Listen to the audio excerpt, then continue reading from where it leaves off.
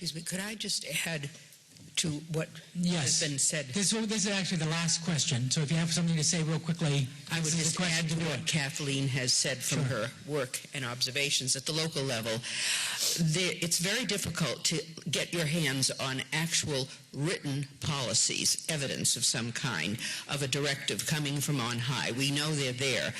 I was at a Greater Peoria meeting a few months ago, Illinois, and it was a meeting that was scheduled for teachers. Only 2 showed up. One of them was the union rep, who said that the word insubordinate was being used for teachers' personnel folders if they even showed up at a meeting where there would be criticisms of Common Core, and that this could be defined in any way a local school board, local school district, meaning the administration, could choose to define it. It was not, as we understood it, a policy approved by any local school board. It was simply administrative, and it was coming through administrative channels from a State Department of Ed and so on, a Commissioner of Ed.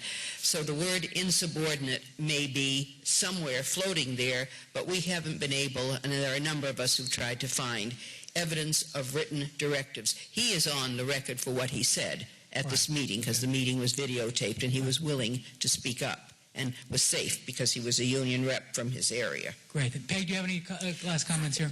To follow up on what Sandra said, I'm seeing that as well. Again, people, there's not written directives, but even here in Delaware, we've had teachers at meetings that have been videotaped saying that they've been discouraged from coming, discouraged from speaking out. I was in Philadelphia, and the teachers mobbed me at the end. I didn't realize there was a room full of teachers, but I was, and they all reiterated that they were being told they weren't allowed to complain, they're not allowed to speak out. Many of them are saying they're just going to quit, that they just won't participate in it. So the same in New York and in other states that I've been at. So I'm seeing it, sadly, as a pattern of teachers being told, which, if you're talking about medical things, why would you tell the doctors to be quiet? When you're talking about education things, it really doesn't make any sense to tell the teachers to be quiet, because, as Catherine said, they're the ones on the front lines who know what does this look like in a classroom? What does this look like with children? And yet those are the voices that are not heard, and in many cases we're hearing they're being told to be silent. Great. Judy? Being subordinate